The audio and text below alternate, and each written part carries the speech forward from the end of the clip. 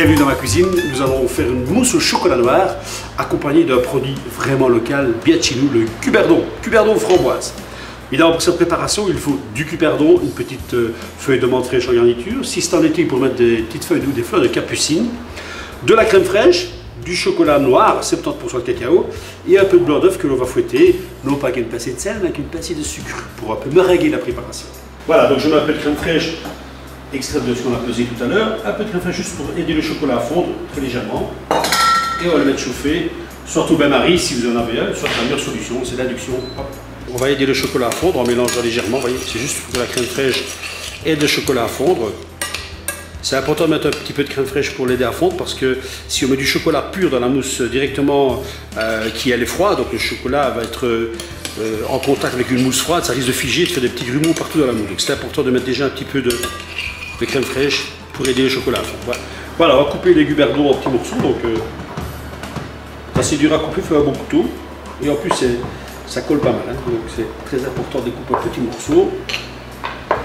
Hors saison évidemment, on peut remplacer les cuperdons par des fruits secs concassés, c'est sympa aussi, d'autres préparations que le cuperdon, mais ici c'est pour montrer un produit bien local, bien de chez nous, qui donne un petit goût sympa. Et en plus le cuperdon, après avoir macéré on va dire une demi-heure, une heure dans la mousse au chocolat, va se ramollir et on aura un petit côté sympa à l'intérieur de la mousse au chocolat.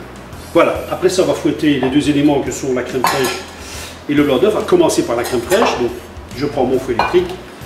Et on va battre.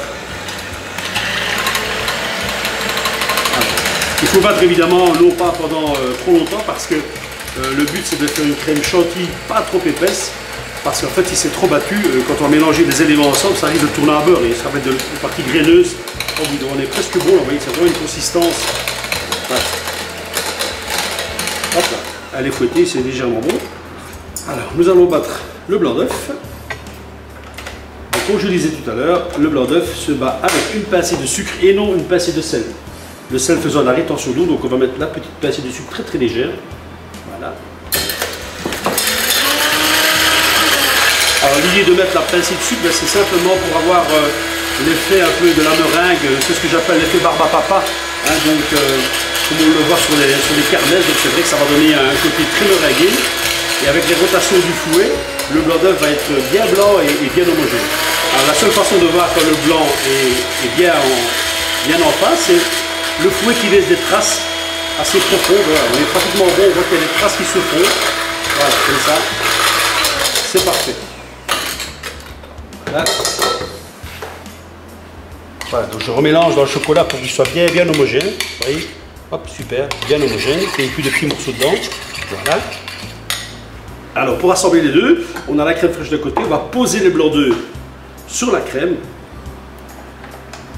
C'est important de ne faire qu'un seul mélange, de ne pas mélanger d'abord le chocolat à la crème, parce qu'au moins comme ça on ne mélange qu'une seule fois et on fait un super travail de légèreté. On va mettre le chocolat par-dessus. Alors mouvement très important que je vais faire là, c'est de prendre un petit peu de blanc d'œuf ou de crème, c'est un peu d'importance pour l'incorporer dans la masse ici avant de l'assembler. Pourquoi? En fait, les molécules de blanc d'œuf vont déjà bien détendre le chocolat et quand on va les mélanger ensemble, en fait, vu qu'il y a déjà du blanc d'œuf dedans, il n'y aura pas de choc. Il n'y aura pas de choc entre les molécules de l'un et de l'autre. Ça a l'air un petit peu ridicule ce qu'on raconte là, mais c'est très très important. Ça permet de faire un mélange bien homogène parce que le mélange doit se faire très rapidement. Voilà. Alors, contrairement à ce qu'on dit d'habitude, où l'on s'amuse à mélanger tout doucement, en tournant, sans mélanger, sans casser trop la masse et le blanc d'œuf, mais ici, vu qu'on a battu les œufs en neige avec la pincée de sucre, ça n'a aucune importance, on mélange comme on veut et c'est parti. On y va assez vivement pour incorporer le chocolat, sans se tracasser pour que ça ne retombe pas, vu que même mes œufs sont bien meringués, on n'a aucun souci.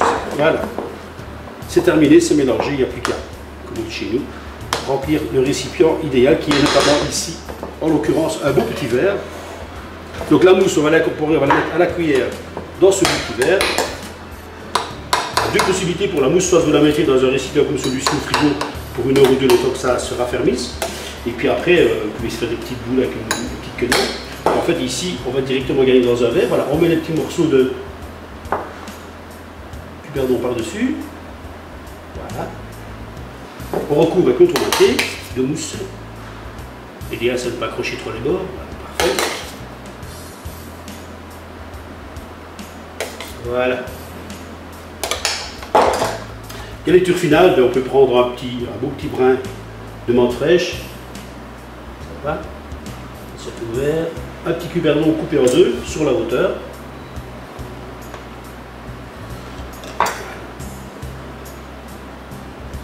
Et voilà.